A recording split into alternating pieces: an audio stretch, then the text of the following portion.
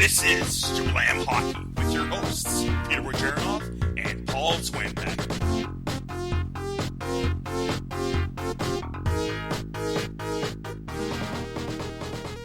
Welcome to Jablam Hockey, folks. I'm your host, Peter Wojcicki. You can find me on Twitter at Russian98, and I am with Paul Zwambag. You can find me at Zwambag, ZWAMBAG. How's it going, everybody? Peter, what's up? Oh, it's the final week. It's the final week of the season. I'm excited. Are you?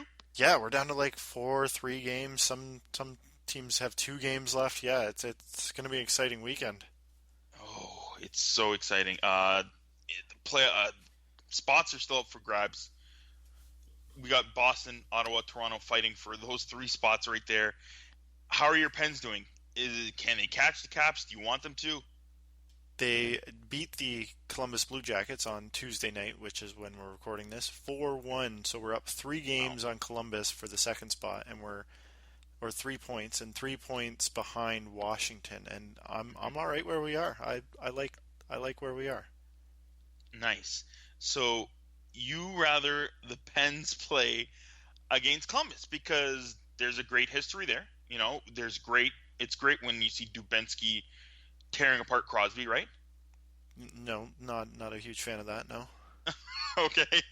I'm not so happy about the matchup, but it's either Columbus or it's a hot Toronto team or an Ottawa. Ottawa would be nice, but I don't think we can catch Washington. I think they're just 3 points up on us. We only have 2 games left, so if all they have to do is win one more game, and they play Toronto, and I'm not sure who else they play. So I think they got the President's Trophy locked up. Yeah, looks like it. And you don't want to win that trophy, do you? No, I don't like the stigma of the President's Trophy winners going into the playoffs. I feel like they kind of think they're the king of the hill, and they deserve it to be there. They don't respect the teams they're playing against, and that might happen with the one versus wildcard 2, because the wildcard 2 is so far down in points that they think, this should be an easy win. And if they play Toronto or Boston, it might be interesting. I think the only one that would be an easy win would be Ottawa. They're kind of not looking good right now. Yeah. All right. First off, Paul, tell us how we did on our picks last weekend. We both went 5-3 last week. You had Toronto over Detroit, and I had Montreal over Tampa Bay, I believe. And we're sitting at 139 wins and 140 wins coming into our last week. So wow, you got to beat me this week to beat me overall. All right. Well, let's see. It's a little bit of a challenge, and it's going to be a good weekend. It's the last weekend. Can't wait for playoffs. It's almost there. And, of course, what do we have this episode? We will be doing a fantasy playoff preview later on in the show, as well as our season awards. We're going to make some picks and our nominees for each award. And, of course, our Team ISO Nashville Predators this week. And our special guest is Alex Doherty. And he'll be helping us with our Team ISO.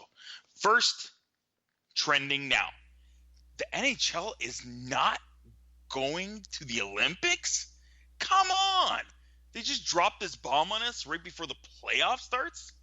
Yeah. What is up with that? Weird timing. I'm not really sure why they did it now. Like they're making themselves look really bad before everybody's getting really excited for playoffs. So I don't understand it. It's just I don't get it either. I think there was some hype going up with the rumors and a lot of people not liking what they may or may not be going to the Olympics. And I think they just wanted to shut it down so people could stop talking about it and focus more on the playoffs. I think it's backfired. People are talking about it like crazy right now, and I think it might take over some of the playoffs, especially that first round where there's so much hype and excitement. It might ruin a little bit, tarnish the first round a bit with people still talking about this stuff. Bad timing for sure. And all the players are digging deep into playoff runs and playoff stretches and getting into the playoffs, and all they have to do is talk about, well, what do you think of the not going to the Olympics? Well, what do you think? Well, we want a soundbite from you. And I think it's ruining dressing rooms right now, and I don't think I don't think they care really. Like Yeah. they don't care about the It's players, obviously, because they're not allowing them to go to the Olympics, and they don't care how it's going to be repercussed in the dressing room. So I think it was just poorly timed, and maybe they want to do it before the off season with expansion draft and all that is going to be highlighted. So I don't know. It's very odd. yeah, it's just showing their hand and that it's all about money. And with the owners, obviously, they don't want the players to get injured, but at the end, it's still more about money. They're not making anything with the players going there, right? So it doesn't look good. The fans love NHL Olympics. It's the best on best. You That's exactly what we want to see. That's why we love the playoffs. But this is even better because they're playing for their country. It's man, I don't want them to lose this. I still feel that there might be some changes later on, and they just wanted to put it to rest for now, and then they might look into it later on. But what are you hearing, Paul, and what are you reading about? Like, there could be fines or something Yeah, with players Frank going. Saravelli from TSN put out a really good post. We're going to put it up on Game Notes so everybody can see the article. He was Okay. talking about Bettman imposing fines on team owners if they allow players to go, and he used a good example of Ted Leonsis, the Washington Capitals owner, and Ovechkin is out there not changing his tune whatsoever, saying I'm going. It's not a matter of if, it's I'm going. I told Ted Leonsis he's cool. We shook each other's hands, but what's coming down is Bettman is able to fine as much as $1 million, but can increase that amount as much as may be prescribed by any league rule or bylaw. So, in other words, Bettman could issue a decree that any breach of contract by a player not pursued by his club would be subjected to a fine of $10 million. So he's going to make Ted Leonsis write a check for $10 million for each player he lets go to the Olympics. And he's got a lot of guys that have all Want to play? want to play, who can play, who have played in the Olympics, like Ovechkin, Kuznetsov, Backstrom, Oshie. Holtby said he wouldn't go if Mm-hmm. they weren't going to allow it. He's not going to take time off from the Capitals. He thinks the Capitals are more important, which he hasn't played in an Olympics yet, right? So, Mm-hmm. like, he's been Yeah. on Team Canada, but he hasn't been in the Yeah. Olympic Games. So He was the third goalie. He was the third string, so it's not like he felt the importance of being a part of that team, camaraderie in your country, and winning those big games. Yeah, so it'll be interesting because owners have said, like, well, if it's a per team basis, I can allow my player to take a hiatus and go, but now there's this stipulation that Bettman can fine teams and take draft picks away, and he's basically God in a sense, where he can just pick and Mm-hmm. choose what he does with each situation. So It's it crazy. might not be a good thing. There's also a rumor out, and I'm pretty sure it was in the article as well, that they can fine the player and suspend them for the rest of the year, including playoffs. There is a stipulation in that too. So Ovechkin loses Wow. second half of the year because he goes to Olympics. I'm guessing he does it. Yeah. Like I, I'm pretty sure to him, Olympics are much more important than Stanley Cup. yeah. Same Like here. I think. deep down inside in his heart, and I think it is for many hockey players now that there is a chance that the Olympic or the NHLers can go to the Olympics, that they want that gold medal. It's as important or might be more important than a Stanley Cup ring. So Mm-hmm. it's kind of crazy. Yeah. One thing I'm already thinking about is let's see the schedule. Like, if the schedule comes out and you notice that there's a softer schedule for those 2.5 weeks, that's going to be a bit of an inkling. Maybe, okay, there are going to be some guys, we feel there could be some guys not coming, so, or playing or leaving for the Olympics. And then number two is it might be unfair. If all the guys from the KHL are allowed to go and then the NHL aren't, that's going to be a huge advantage for Team Russia, the Czech Republic, those countries. Yeah, for sure. So, And same with like the Liga and the Swedish Elite League. Like mhm. they're definitely not as high caliber as NHL, but they're much higher caliber than like our college players, which is where we're going to be getting our players from. Because I don't even think they can take CHL players. Yeah. Like it'll And be that interesting where they get their it's players from. yeah. Some people are out there saying, "Oh, that doesn't matter. The NHL doesn't need to go. We'll watch the amateurs. We're all." How many of you people out there actually pay attention and actually watch a full few games of the Spengler Cup? I would like to Yeah, see people raise their hands for that. yeah. And And I love hockey. and Yeah, go ahead. how many viewers before when they weren't going? Like what? Yep. How long ago? Like 94 or 92 or Yep. in the early 90s they weren't going. So were Yep. there a lot of viewers then? I don't think so. And you know what? And the NHL players, I know they might not be considered full amateur or whatever, but they help the Olympics. They raise the bar. They bring other people to watch even all the other events. So they're fans of the Olympics as well. These athletes that are in the NHL with the regular athletes in the other events, and everybody, it's camaraderie. It's for your country, and I think it helps the rest of the Olympics as well. So and I don't understand the whole thing with this. And then the NHL actually wants to have exhibition games in China, and then they're pulling away from the Olympics. Are they trying to grow the game in the world? I don't understand. Yeah, and the fact that they're going to China and North Korea is in that Yep. vicinity, and then they Yep. go, and then Beijing has it 6 years Hmm. or 5 years later, the next Yep. one. So they could be making a mess of this whole thing and just wasting their time going to China with exhibition games. Like, it doesn't make Yep. any sense. It's you gotta show if you're showcasing it. This is the best place, the best venue to showcase the NHL and the sport of hockey. So It's interesting the media blitz that has been going on of just asking pretty much every single player that's ever been involved in the Olympics, and there's been a lot of different, well, maybe all the same reactions, but different hmm ways of it being said. Jonathan Taves has a feeling they're heading in the direction of a lockout again because the yeah, CBA is going to be a big deal come 2019. Carey Price thinks it's a little more than a negotiation tactic, so hmm he's not really sure if this is 100% done. Henrik Sedin also agree. I'll believe it when I see it. So Matt Duchene posturing or what? Like these guys, I think they're seeing through the lines that this isn't a set in stone thing. This is NHL putting it in pencil, and they definitely can change it. So it should be yeah, interesting. After uh, I don't think anything's going to come before the playoffs. It'll probably be in the summer sometime. yeah, for sure. It'll be a little bit later, and check out that article by Sorelli and some of the quotes from the players right on our games notes about this. All right, let's move on to other stuff. Uh, Good news. After 18 months, Clark MacArthur is back on the ice for the Senators.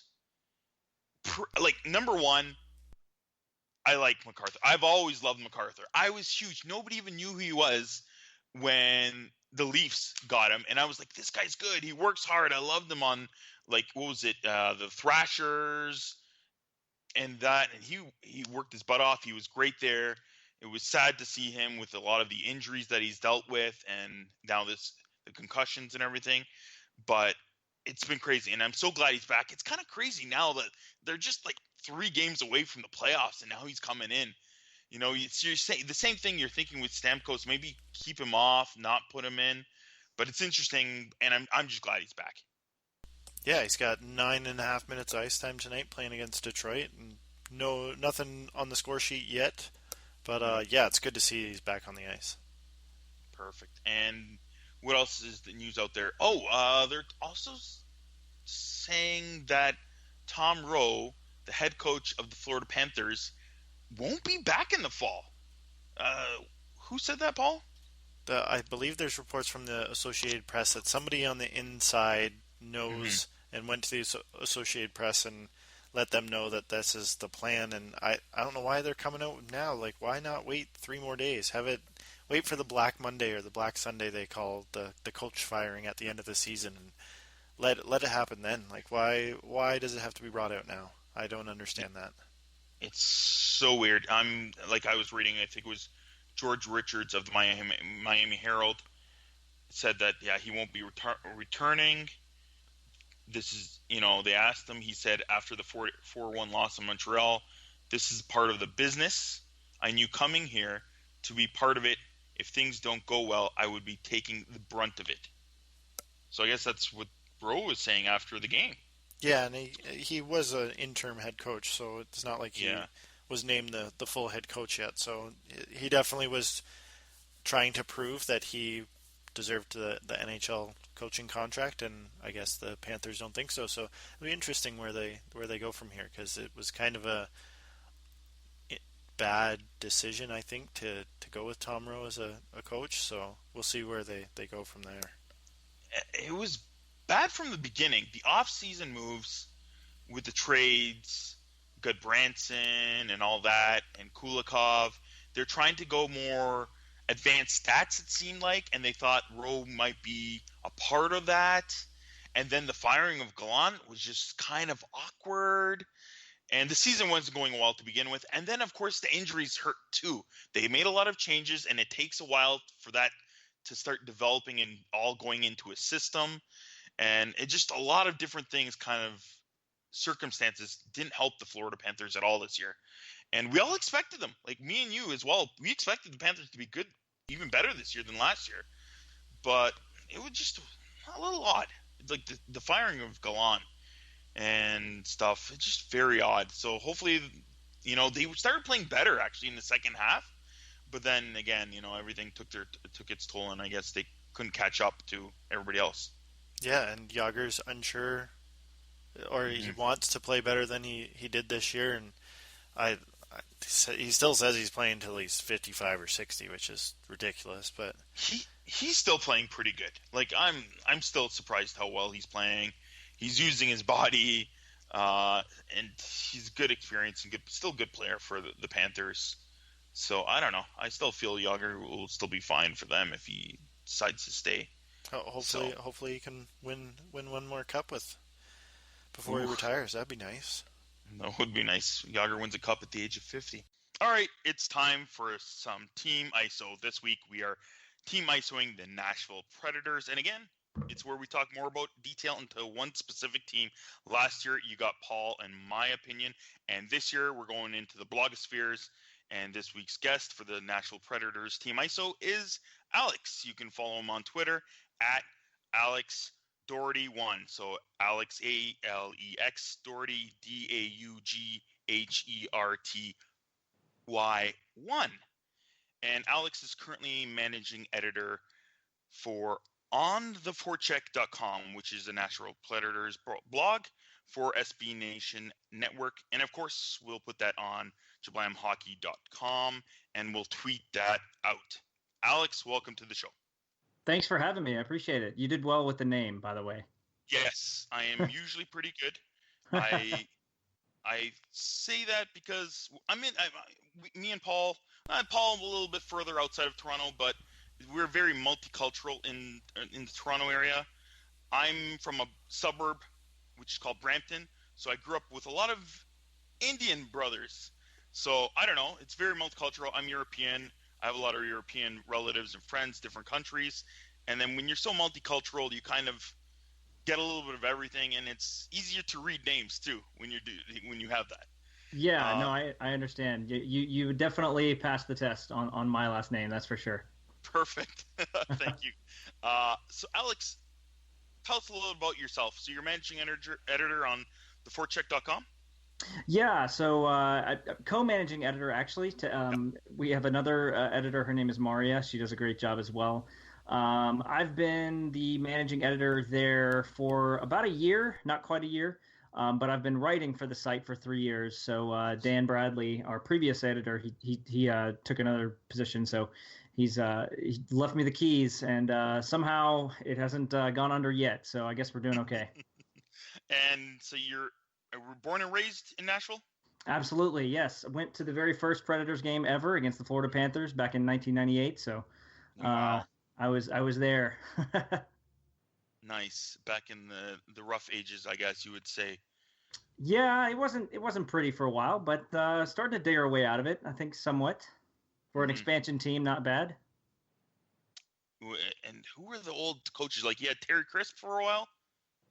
Barry Trotz. Barry Trotz was Barry our Trotz. only coach for 16 That's years, and yeah, so he was the man, and then he left to obviously go to the Capitals, and now Peter Laviolette has been the coach for 3 years, and will be, sounds like, until like 2021 or something like that. I think he had an extension at the beginning of the year, so.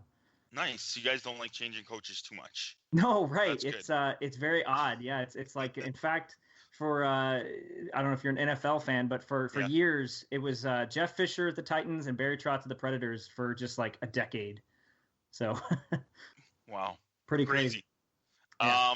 So before we get into how solid as well your defense is, let's go right into playoffs a little bit. Right now, I guess the Preds are in a wild card battle, and it looks like they might match up either versus the Hawks in the first round or maybe one of the top Pacific teams, right? Yeah. Yeah, go ahead. Yeah, to be honest, I don't see any way they won't play Chicago. I think I feel like we're doomed to face the Blackhawks in the first round. I think like right now it's a 58.7% chance, but it feels like higher. If they jump Calgary for the 7th spot, they could play either Anaheim or Edmonton, whoever wins the Pacific. So yeah, it seems. Go ahead. Sorry, I was going to say it seems unlikely. There is a possibility they could jump up into the 3rd to face Minnesota, but that's pretty unlikely. Yeah. So who do you think they match up best with amongst those teams, like the Hawks or the Ducks or the Oilers? Yeah, well, it's definitely not the Hawks. They dominate the Predators. They didn't dominate everybody, but they have dominated the Predators. I think the Predators are 1-4 against them this year, and so it's not them. I can tell you that. I mean, I would like to see them if they were to play in the Pacific against Anaheim or Edmonton. You know, they had Anaheim last year and won that series in 7 games. So I like the matchup there. I think an Edmonton Nashville first round would be so entertaining. I mean, if you're thinking about PK Subban and Philip Forsberg and going up against Connor McDavid, Leon Draisaitl, that would be electric. It would be pretty exciting, especially very different from how the Preds used to play, I guess, a little more offensive. How do you like the team playing that way last little while? Well, yeah, it's been kind of a change. I mean, for years with Barry Trotz, it was sort of a very defensive first and very grinding out kind of not exactly the most entertaining hockey, but with Laviolette, what's interesting is the scoring is up, but the defensive play is kind of hit or miss. I mean, there's obviously been some great defenders that have come through, Shea Weber, Roman Josi, obviously, and PK Subban and others. Hey, what about Dan Hamhuis? Come on, don't leave my bill. Dan Hamhuis, of course. Yeah. No, he was great in his day. I think he's maybe a little done, but and Cody Franson. There's a Maple Leaf for you. Yeah. Former, that is. So I think people in Nashville are enjoying it, but I'll tell you what, this type of city, they like winning more than anything, and they really want to see wins. It really doesn't matter how. High scoring gets people in the stands to somewhat, but what brings them back is wins. So I think that's a big key. Depending on who they play, Hawks or Oilers or Ducks or anything, what are the 2 things you think that the Preds really need to make sure they could win, a better chance at least of winning the first round? Oh, well, they're going to have Pekka Rinne continue the way he's played the second half of the season. If they don't have Pekka Rinne at that sort of level, I don't see how it could possibly happen. He has been in his last 10 games, he's got a .931 save percentage, that'll beat a lot of teams. So I think Pekka Rinne is a big one. They've also got to get more scoring outside of their top line. The Ryan Johansson, Victor Arvidsson, Philip Forsberg, the top line has been dynamite for 30 games now, but they need guys like James Neal, Craig Smith, Colin Wilson to step up in the playoffs and score some of that secondary scoring. Smith has only about 10 goals this year. He's had like 30 goal season before. didn't he, or almost around I think 30? I don't think he got to 30. I think he's Close. maybe topped out around 20, 24, maybe he had 24. Okay, so why is he slowed down? Boy, you're telling me. No one can figure it out. He has been the most snake bit predator this year. It has been crazy to see. I mean, I don't know what he's shooting right now. It's got to be in the 6-7 range. I thought I had it here for a second, but yeah, just really not great luck. He's had just some wide open chances that he's sent into the stands. It's one of the great mysteries of this team. Why is Craig Smith completely snake bit? And if he even gets close to his season average, this team is got a little bit better scoring on that second and third line. So it's really pretty bizarre. Interesting. So let's skip a little bit ahead to this summer. We all know the Preds have pretty good D. So are they maybe going to lose one of maybe Ellis or Ekholm in the expansion draft? Do you think they're going to be one of them might be available? Well, there's a lot of thoughts. I mean, David Poile has all but come out and said no, that he's going to protect the 8 skaters and protect those top 4 defense. Yeah. But this is George McPhee we're dealing with, and this is the guy that David Poile has some history dealing with, and I wouldn't be shocked to see someone traded to either protect that 4th defenseman, or if you're going to lose, recoup something you might lose if they're going to take Ekholm or Ellis or whoever it is, recoup some of that. Exactly. Yep. And then go ahead. I was just going to say, I think that a lot of Predators fans would be depressed because all 4 of those guys have their own sort of followings, and Ryan Ellis leads the team in goals this year or leads the team in defenseman goals, that is. And Ekholm, I don't know, they're all, it'd be really, you'd have to talk a lot of fans off the ledge if they lost any one of those guys. So I think David Poile is going to have to really work to do that if he wants to make the fan base happy. It's going to be really tough. And then also just a few days later, you have free agency. What's going to happen? You have Mike Fisher, but then you have the big 2, Johansson and Arvidsson as RFAs. Yeah.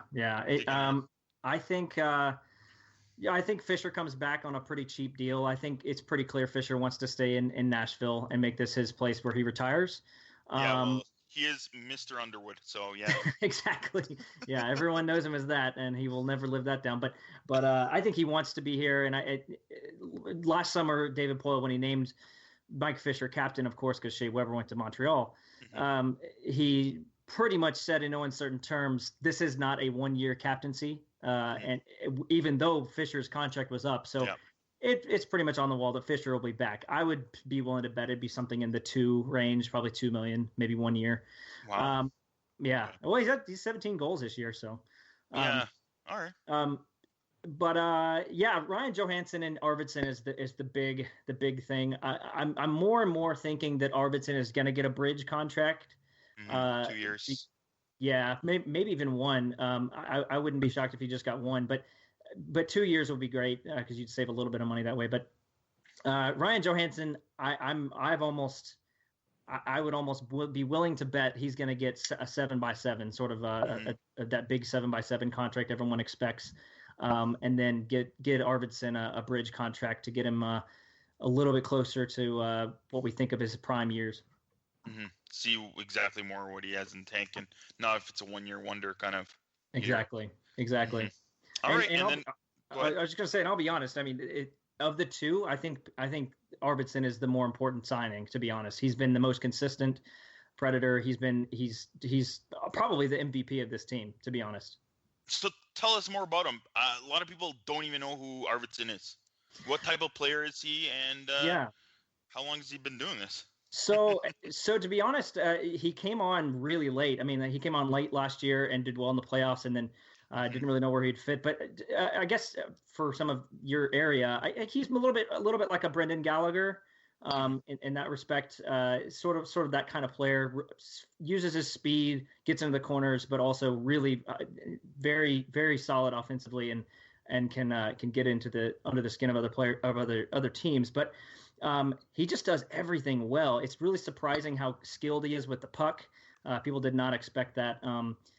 another comparable maybe is like a Tomas Hertl, that kind of player. So he's really been just an all-around great offensive player in the top 10 in terms of shot attempt generating players in the league all season. Wow. So he's been Nice. really amazing. Perfect. Sounds like he's the perfect guy that you guys needed, especially in the transition of stuff, scoring styles.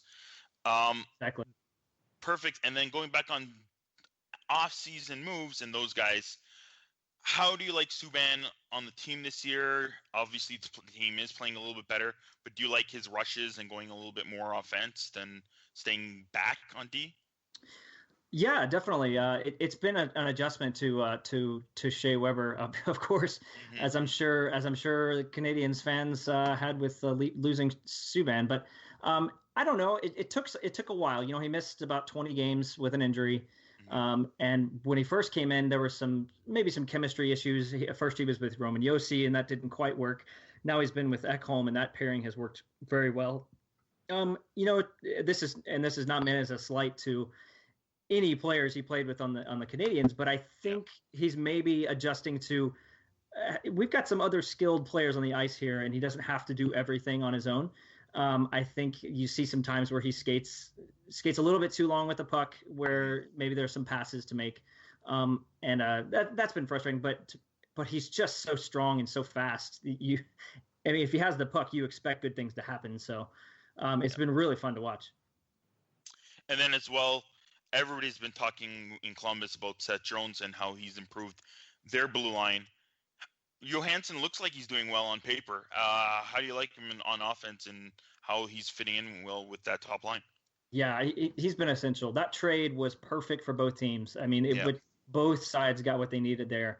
Johansson is, I think, maybe 3 assists. There's 3 games to play. I don't know if he'll get there.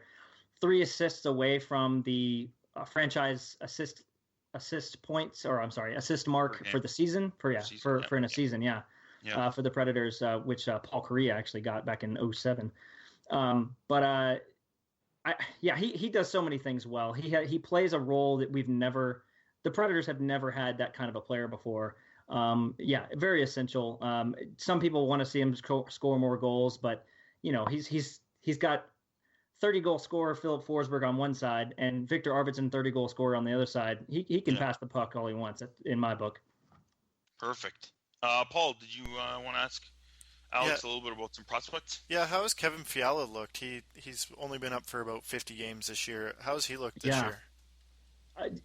Man, I have been very impressed, and that's been one of the more confusing coaching decisions that we've seen as fans is why he keeps getting sent down, and not to mention not playing in place of guys like Cody McLeod and Vernon Fiddler. But Kevin Fiala is I think about to break out. To be honest, I think that this postseason you could see some dynamite from Kevin Fiala. He is playing with a pace that I've not seen out of him yet.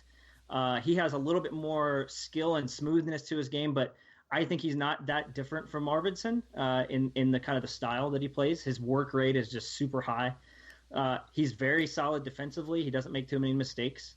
I've been very, very impressed. I think he's basically solidified his spot on the roster for next year, definitely, and really could make a pretty big splash in the playoffs. And how are they going to fit in like Pontus Aberg and Vladislav Kamenev from Milwaukee Admirals? Because you guys are a deep team. Do you see these guys making the team next year, or is it still going to be a couple of years for these guys? Yeah, Kamenev and I think it's actually Oberg. I've heard varying.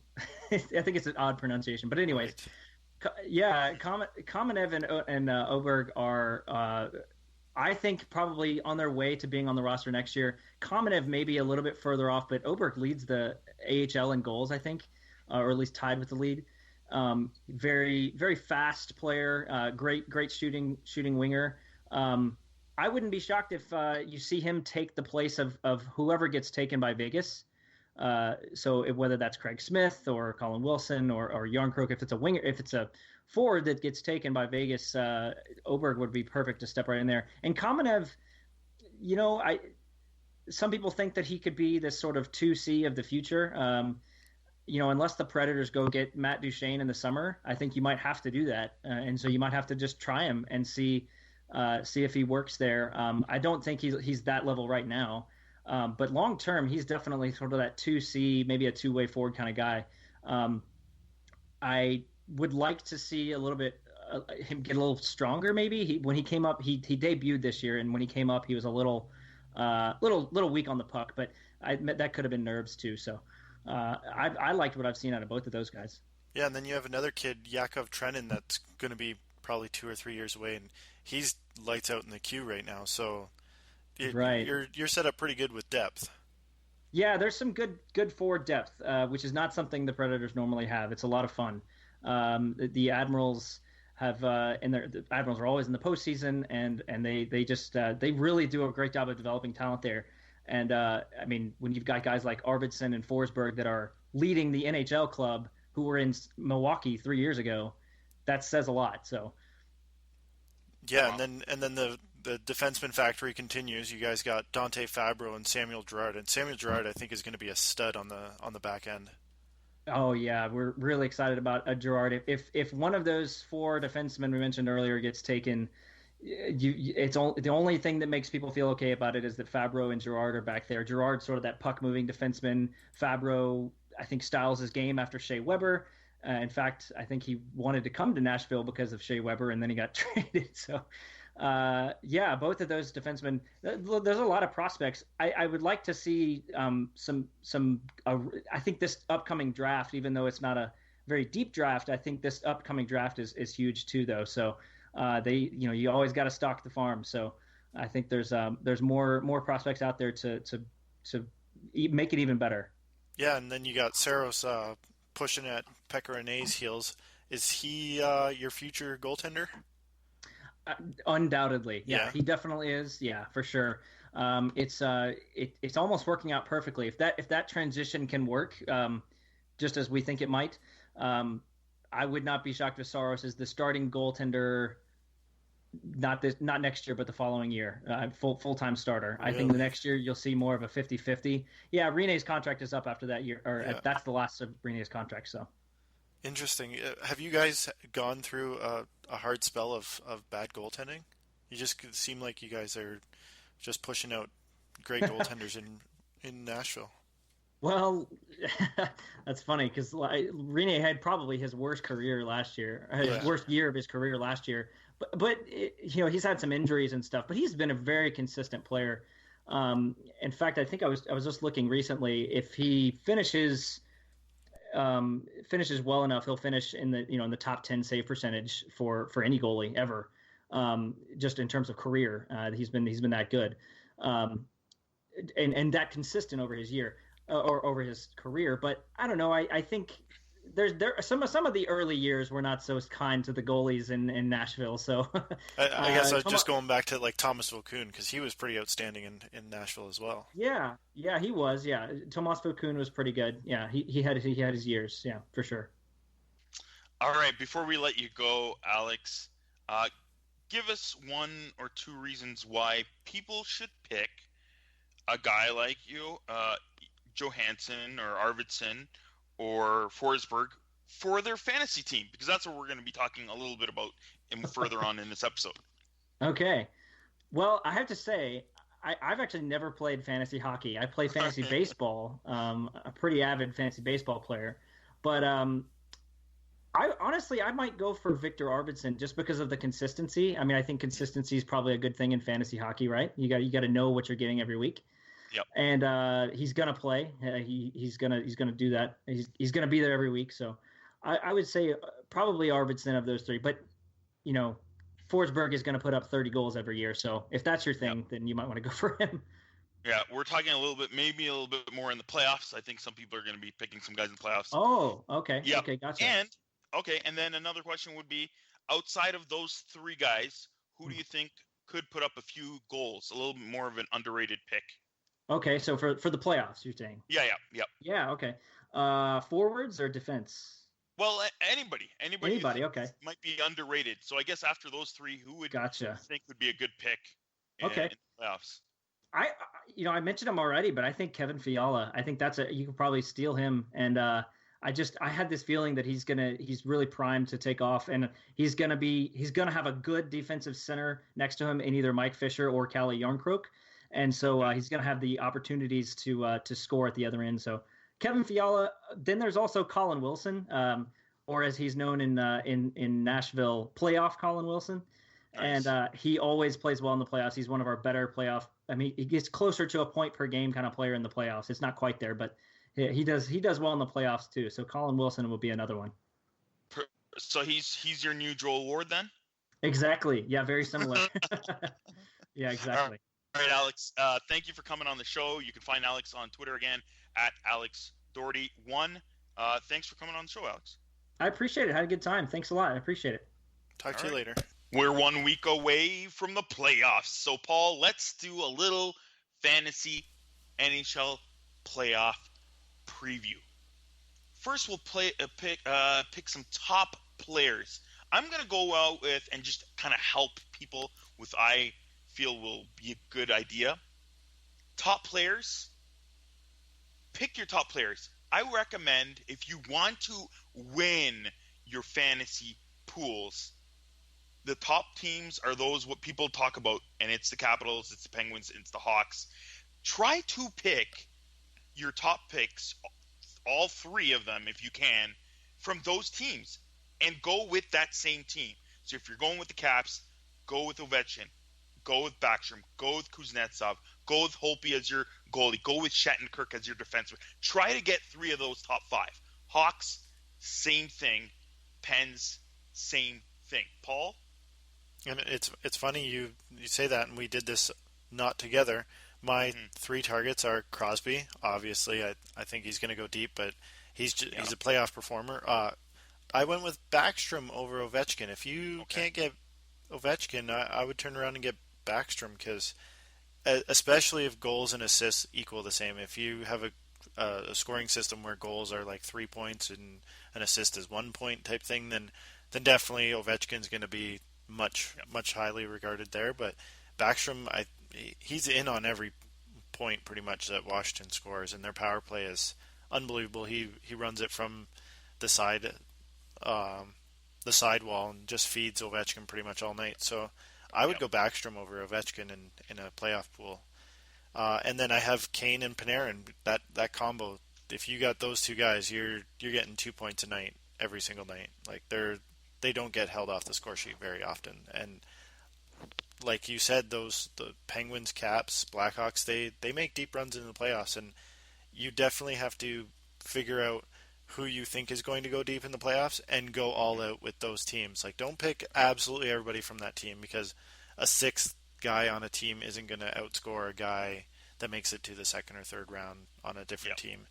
But you definitely need to decide who you think your finals are and go with that. You pretty much have to mortgage the house and pick guys from 2 to 3 teams. Don't spread it out over 4 or 5 teams. That doesn't really work. You lose too many games played that way. So I would target your combos like Crosby, Gunsel. I think Gunsel's going to be a quiet person. I don't think anybody's going to even think of him on a roster. So he would be interesting with Crosby's point production. So that's where I see it. Yeah, same here. Like I was saying, those 3 teams. So if you're picking Penguins, you go with Kessel, Malkin.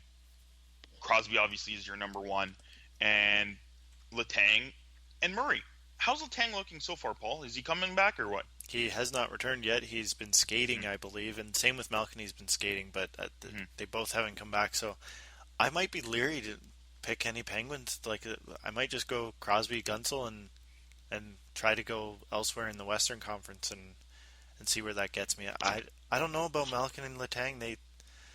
They've been out for quite a while, and if they get hurt first, second, third game, first series, and they win a series or 2, you're basically just getting the same production gameplay as like a Montreal guy or a Boston guy or Toronto, right? Like I'd be very wary on picking Malkin and Letang this year.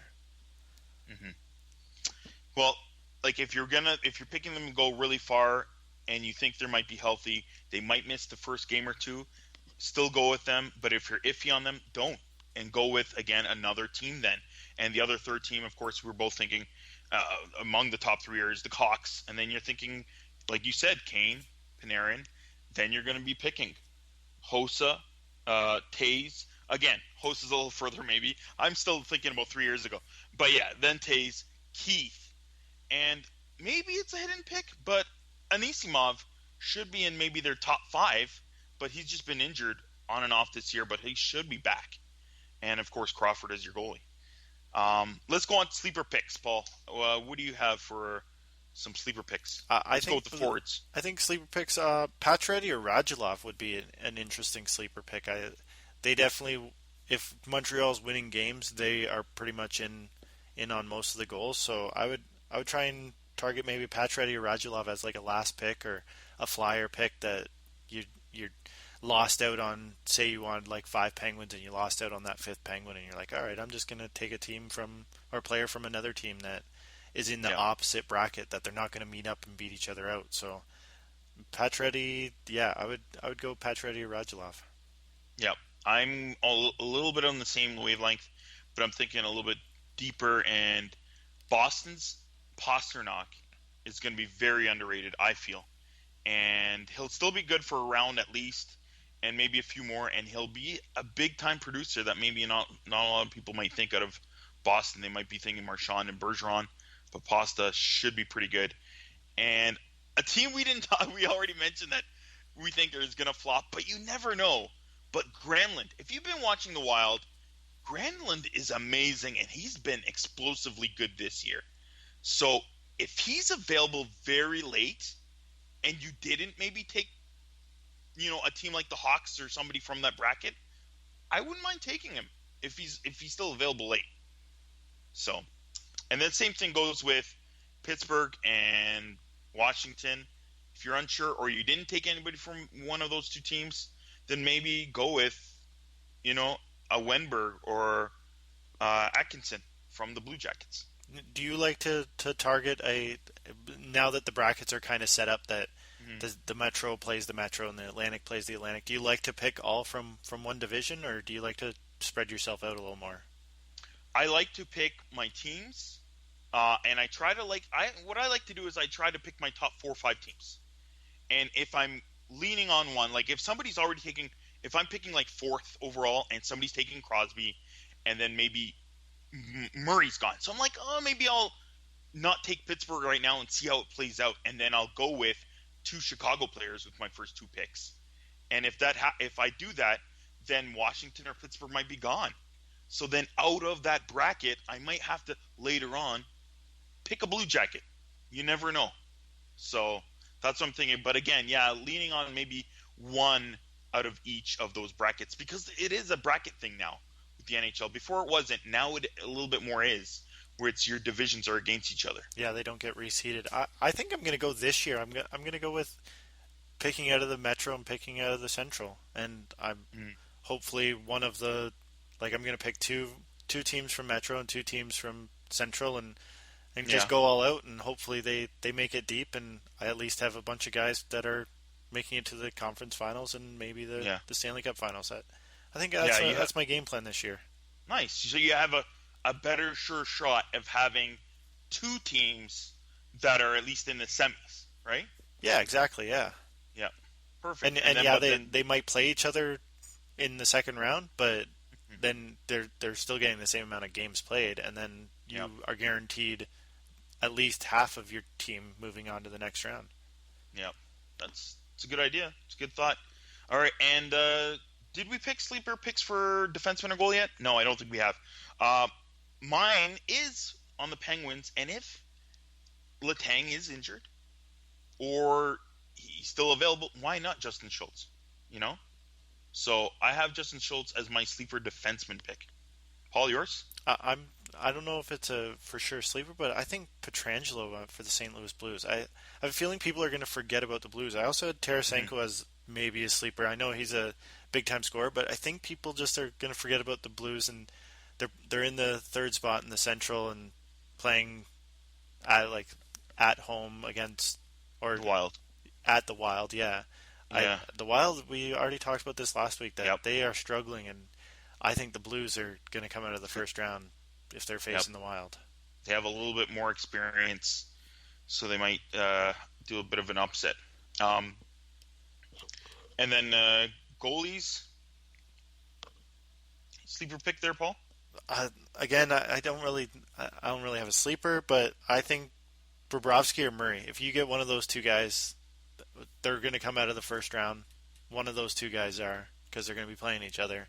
Yeah. Maybe you can get both of them, and that's how your league works. You get two goalies, but maybe Anderson in Toronto is a good sleeper. Yeah. He might be able to steal some games, and Toronto is playing pretty lights out right now, so they might be a stunner in the playoffs. Yeah, I wasn't sure about who to take for a goalie as a sleeper as well, just because, depends how your whole playoff pool does work. But again, the top goalies that you're already thinking about, in my opinion, Murray would be a bigger pick, not a sleeper pick. But again, it's that Crawford, it's the Holtby, it's the Murray, and then it's maybe Price, just because he's a good goalie, and then maybe Bobrovsky. So Bobrovsky would, in my opinion, be a bit of a sleeper pick. So I would think about taking him as a sleeper pick type goalie. And then it's one of those other goalies. You never know. But somebody could steal a series. And Talbot has been playing very good. Yeah. So if he continues that, Talbot's my other maybe sleeper pick. Bobrovsky and then maybe Talbot. And maybe I'll be talking about those two guys later on in this episode. And all right. Who are you gonna stay away from? Do you have like a team or a specific guys that you want to stay away from? Specific guys. You mentioned St. Louis might be underrated. I like St. Louis and I love them and I want them to go deep, but they don't put up a lot of points. If they win games, 2-1. So I wouldn't go really close to touching Alexander Steen, in my opinion. Not a very good playoff producer. And again, I was maybe a little bit wrong with Backes last year, but he doesn't do very well in the playoffs. He might put up a few points, but don't touch him, in my opinion. If you like St. Louis, maybe take him as your late pick, but no. And then my other one is another guy. It's Jordan Eberle. I think, what did we say, Paul? Didn't we used to call him Mr. Clutch? Yeah, he was Mr. Clutch. What's the opposite of clutch? Wait. What does it say online? What's the opposite of clutch online, Paul? Release. Ew! What? No, that's not the. Get out of here. What else is there? Is there any other options? Misconception. Misconception. So he's Mr. Misconception. That's a mouthful. No, Mr. Unclutch, if anything. I don't know what's going on with these words. Thesaurus.com, and then you go antonyms. So that's the way it works. What? No. Okay. So, anyways, Eberle used to be Mr. Clutch. If you remember the juniors for Canada, his first 2-3 years in Edmonton, Mr. Clutch for sure. But he is not Mr. Clutch, at least this year. And so I wouldn't touch him. Yeah, but maybe when has he been in the playoffs to be a Mr. Clutch? I guess so. But I mean, game-winning goals. He used to score game-winning goals, right? At least that too. Yeah, overtime goals, game-winning he goals. shows up for big games, so he might come back with Mr. Clutch. That might be a sleeper pick. You're taking him as a stay away from, and it might be a sleeper. Maybe. But you know what? You take McDavid, take Draisaitl. I don't know. And you know what? I wouldn't be wrong with maybe even taking Maroon or Lucic, but Eberle would be a late pick for me if I'm going deep with the Oilers. And what are you picking for? Go ahead, Paul. I'm going to take teams I'm staying away from. I don't want any Wild on my team, and I'm not taking a single Shark. Not a chance. They went deep last year, but they are injured big time right now. Yeah, Couture's out. Uncertain when they're going to be back. Thornton just got knocked out 2 nights ago, and they're uncertain when he's going to be back. Martin Jones hasn't been playing nearly as well. They're 2-8-0 in their last 10. That's no way to go into the playoffs. They're just like the Wild. They're falling back big time. So I'm not touching a Shark or a Wild. Yeah, that's not looking good. I do recall, I think, was it the last time the Hawks won the Cup or whatever? I think it was the Hawks. But they were horrible going into the playoffs. So you never know. So sometimes it's a bit harder to tell with teams going in to the playoffs cold. It's tough to tell with those teams. Very big question marks. But yeah, I would be in the same pool as you, as not trusting them too much and maybe not pick them too early. All right, let's go with season awards. Let's start with the big one, the MVP. Hart, Paul, what are your top 3? What are your noms? Connor, obviously. Yep. Sergei Bobrovsky, number 2. Yep. And Sidney Crosby as my number 3. Boo. Yeah. I'm picking maybe his enemy. Good picks, of course. McDavid as well for me. Number 1, number 2, Bobrovsky, and number 3, Brad Marchand. Come on. He would not. The Bruins would not be in a playoff spot if it wasn't for him. He deserves to be nominated. I had mine written down, Peter, and I started writing Marsh, and I got to the H, and I scratched it and put Crosby. Oh, all right. Let's go on. Jack Adams, best coach. My 3 picks. Number 1, I got to go with Tortorella. He's done a great, fabulous job with turnarounding these Blue Jackets. Just fabulous. Of course, I got to go number 2, Babcock. It's amazing what he's done with so many rookies. I know that some of them are superstars. They're great, but there's even more rookies on this team. I don't know how he's done it, but he's just done a great job. And number 3, I got to go with Quenneville. So many changes for this Blackhawks roster, and he continues to make gold out of guys that could be fringe NHL players outside of their core guys.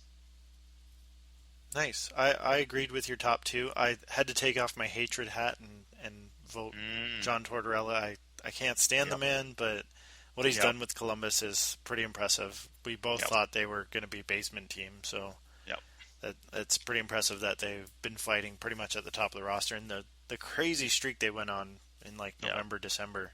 And then my 3rd is I picked McClellan. Yeah? Yeah.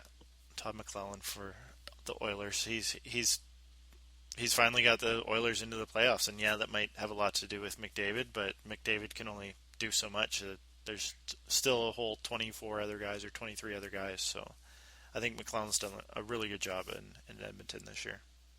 Yeah, pretty good. All right, and then GM of the year, what do you have? Peter Chiarelli, Edmonton Oilers. He made that crazy trade that everybody went ballistic about, Taylor Hall for Adam Larson, straight up. And it's actually worked out pretty well. Adam Larson's a pretty good defenseman. I know he's not putting up big time points and he's not the big flashy player, but Adam Larson is a pretty solid defenseman. I think Chiarelli, he's traded away how many first rounds and second round picks and top picks, so I think Chiarelli deserves that. Jarmo Kekalainen for the Blue Jackets has put together a pretty solid roster that has been meshed well together, and you've kind of been seeing it over the years. They're a work hard team. They're a blue collar team that just works hard. They don't have any real flashy out of superstar players. They just have a really good solid roster. And I didn't have a 3rd. I couldn't come up with a 3rd GM. All right, I went with the same number 1, Peter Chiarelli. Same reasons.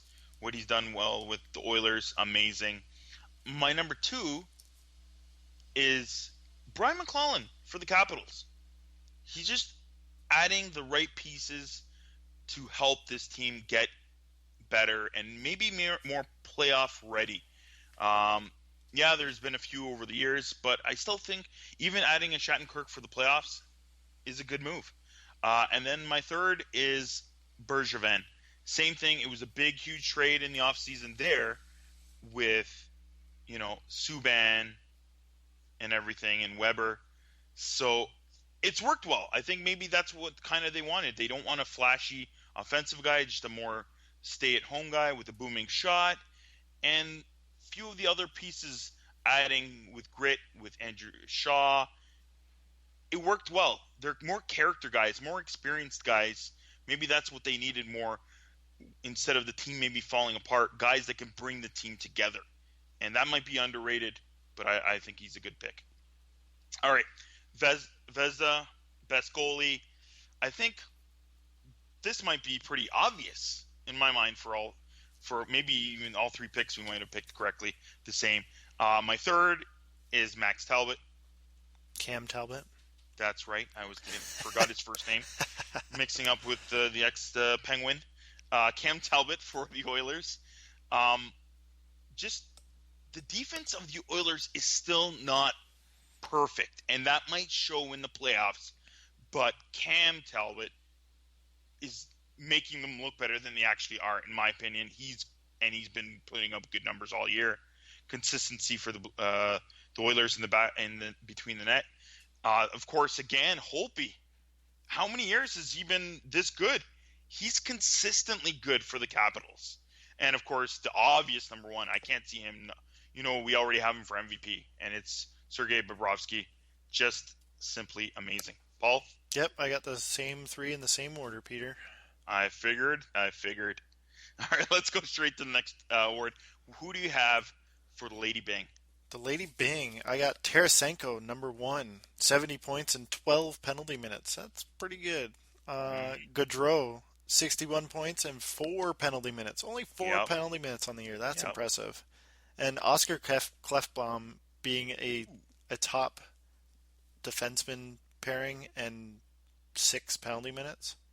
That's pretty impressive from being a defenseman and only taking 6 penalty minutes. All great picks, and I just went more with offense and whoever didn't have too many penalty minutes, under 20, and I went straight with Tarasenko, Granlund, and Austin Matthews. Nice. So those are my top three. I had to go. They have a lot of points and very few penalty minutes. All right. Let's go with best defensive forward, the Selke. My top three, and as I've said last year and previous times when we've done awards, I like to look at players who play more on the penalty kill, players who actually, do well on the penalty kill, eat up more minutes on there, as well as do well in, some fancy stats with block shots, takeaways. And my top three are Bergeron, Mikko Koivu, and Ryan Kesler as my number one. All three good on face-offs. Where's my list over here? Big reasons why I think it's... Who did I say again? Kesler, he's big on all categories. Second in the league in time on ice overall. Second in the league on face-offs. Block shots, 6 bet. Fourth in time on ice in shorthanded minutes, and his team is fourth best in the NHL, the actual Ducks, on killing penalties. Bergeron, close to him, just a little bit lower in some of those categories. Time on ice and everything a little bit less. 14th in the NHL, though, on takeaways, and best in the NHL on faceoffs is Bergeron. And then Koivu was my second pick, because as well, he's good in a lot of categories. Block shots, time on ice. Fourth in the NHL, though, in plus minus. So, Paul, your picks? I'm going from the bottom up. Backlund in Calgary had a pretty under the radar year, and I don't think many people realized that. So I put Backlund there. Ryan Kesler, and then Mikko Koivu to win the Selke. Mm-hmm. So we had the first top two in the same. All right. Let's go to the Calder. I'm going number one down, and my boy, Awesome Matthews, is my pick for number one. Playing with rookie line mates all season long. Hyman, all season long. He's a hard-working kid, that Hyman, but he's not super skilled. So I think he's going to become a Leaf for a long time, but Hyman's a bottom six. He should not be playing on a top two lines for any NHL team. But for this year, with a lot of rookies in the Leafs, he's with Matthews all year long. And then on the other side, it's been either Connor Brown or Nylander, and Matthews has done gold playing on an all-rookie line against top defense on the other teams. Number two, the amazing scoring Patrick Laine, talented. I don't know. He could be better than Ovechkin in scoring. It's very possible. And my number three is Matt Murray. Is he just being overshadowed with how offensively good some of these rookies are? Maybe. But if I had a fourth pick, tied in fourth is Nylander, Marner, and Werenski. Paul, your picks. I went with Matthews. Yeah, he's having an incredible year. And what you said about Hyman, maybe he's built such good chemistry already that he might just stick on Matthews' line for a long part of his career. Like if they don't find somebody else to play with Matthews, that might just be a good duo right there. The Leafs still have Kapanen, who has played 2 games now for the Leafs. They just called him up. I think he might be a better fit because he can work hard. He works hard, and he's super, super fast. And, of course, has a fair bit more skill than Hyman for putting the puck in the back of the net. Or a Lepsic, also playing for the Marlies. But, what's the rest of your team? I'm going to go Matt Murray, 30 wins. It's an interesting one. Yep. A lot of people I don't think he'll even get votes because people think, he won a Stanley Cup last year. He played how many playoff games, but he's still eligible to be a rookie. So I think he deserves a nod there. And then Zach Werenski, 47 points as a rookie defenseman, deserves credit. I left Laine off because he's kind of gone quiet every once in a while throughout the season, whereas like Matthews has been unreal all year. Murray's been unreal all year. Werenski's been unreal all year. They're just much more steady than Laine. Laine kind of goes in spurts, so I left him off my list. And Laine's had Scheifele on his line all season long. And where's Scheifele in stats, Paul? Oh, I don't know. I think he's at least top 10. Yeah, I think so, top 10. That helps a little bit with your stats. A little bit. He's still amazing, though, and he is a rookie. But again, this rookie class, Paul, when's the last time we've seen a rookie class this good? So it's hard. It's been hard, and that's why I have like so many guys in my fourth spot that I'd like to put and nominate. But this rookie class has been excellent. This Leaf roster has been excellent with these rookies. But Werenski, Murray, Laine, and the list goes on with so many other guys out there, Aho, etc. It's amazing how many rookies. And they talked about it on TSN tonight before the Leafs game that I think it was Solani was the last player to get 50 number 1 picks for the Calder trophy. Matthews might get that this year with how ridiculous the rookies are this year. That would be incredible if he was unanimous winner. Yeah, maybe because he's in Toronto and maybe because he's American born, he might get a little bit of help over guys like a Laine or a Murray. So maybe, but I would be shocked if he gets even close to that. So we'll see. All right, let's move on to the defenseman to finish it off. The next is our Bobby Orr Awards for Best Offensive Defenseman. Paul, you go first. Brent Burns, clear number 1. Erik Karlsson and Victor Hedman. These guys are just they can't keep their name off the score sheet. It's ridiculous how much these guys either put up assists or put up goals. And Brent Burns is leading the league in shots on goal. Wow. At 310, which is usually where Ovechkin is. He's usually at the top of that shots on goal list, but it's crazy. Yeah, he's topped Ovechkin this year. Yeah, these picks were pretty obvious. I went the exact same as you. But is Karlsson gonna jump Burns, Paul? Burns has been very cold, just like the injuries and everything that's been happening with the Sharks, and it doesn't look good for them going into the playoffs. Can Karlsson jump Burns? 3 points apart? It's possible. Burns has been very cold, and Karlsson's been on fire. So you never know. Karlsson could steal this award that we've called the Bobby Orr Award in the last game of the season. All right, let's go for Best Defenseman, Defensive Defenseman, DeNorris. My picks, I went with the number 4 because I wanted to go with Chara, number 3, Suter, 2, Slavin, and number 1, Mark Giordano. Why? Chara is eating up minutes. Still, at his age, I'm still surprised he's still playing well. We thought he might have been slowing down, but he's had a good year. But he's been doing well, and he kills a lot of penalties. Boston's second in the league in killing penalties, and he's still playing a lot of time on ice. I think he's first in short-handed time on ice in the whole league. and his plus minus is still very good. So he's my number 4. But number 3, Suter. He doesn't lead in a lot of categories outside of plus minus. Amazing, but again, I think he's number 1 in plus minus, and he might be even like in the top in time on ice, actual time on ice.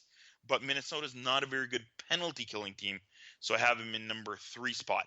And then number 2 is Slavin. Carolina is very good. I think they're 5th in PK, and he's up there in plus minus. I think he's in the top 10. Time on ice, 6th.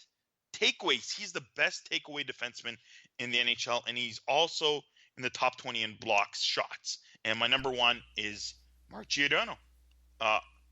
2nd time on ice in shorthanded. He's up there overall time on ice, 12th in the league in plus minus, 6th in block shots, and I think he's like top 10 in takeaways as well. So he's generally good all around as a defensive defenseman, Mark Giordano. Paul, yours? I went with Ryan Suter. He's plus minus 34 leading the league, so he's my number 1. I went Duncan Keith as my number 2. Still putting up pretty decent time on ice, over 25 minutes a game, a plus 22. So I really think Keith deserves finally a Norris Trophy candidate. And Dustin Byfuglien is the man that is on the ice the most, 27.5 minutes per game. That's incredible to keep that up the entire year. Yeah, I saw that too. I think in a recent Winnipeg Jets game, I was looking at his numbers and everything. I was like, whoa, really? He's a big boy. He's eating up a lot of minutes. Yeah, so I put him in the 3rd spot. I couldn't put him in the 2nd or 1st just because his plus minus is only 6, but I think that has more to do with the Jets overall, and their goaltending did not help them out. And I want to give it a quick shout out to Drew Doughty. He deserves a candidate, a written-in vote for Norris Trophy. He's so overrated, that Doughty. Oh, jeez.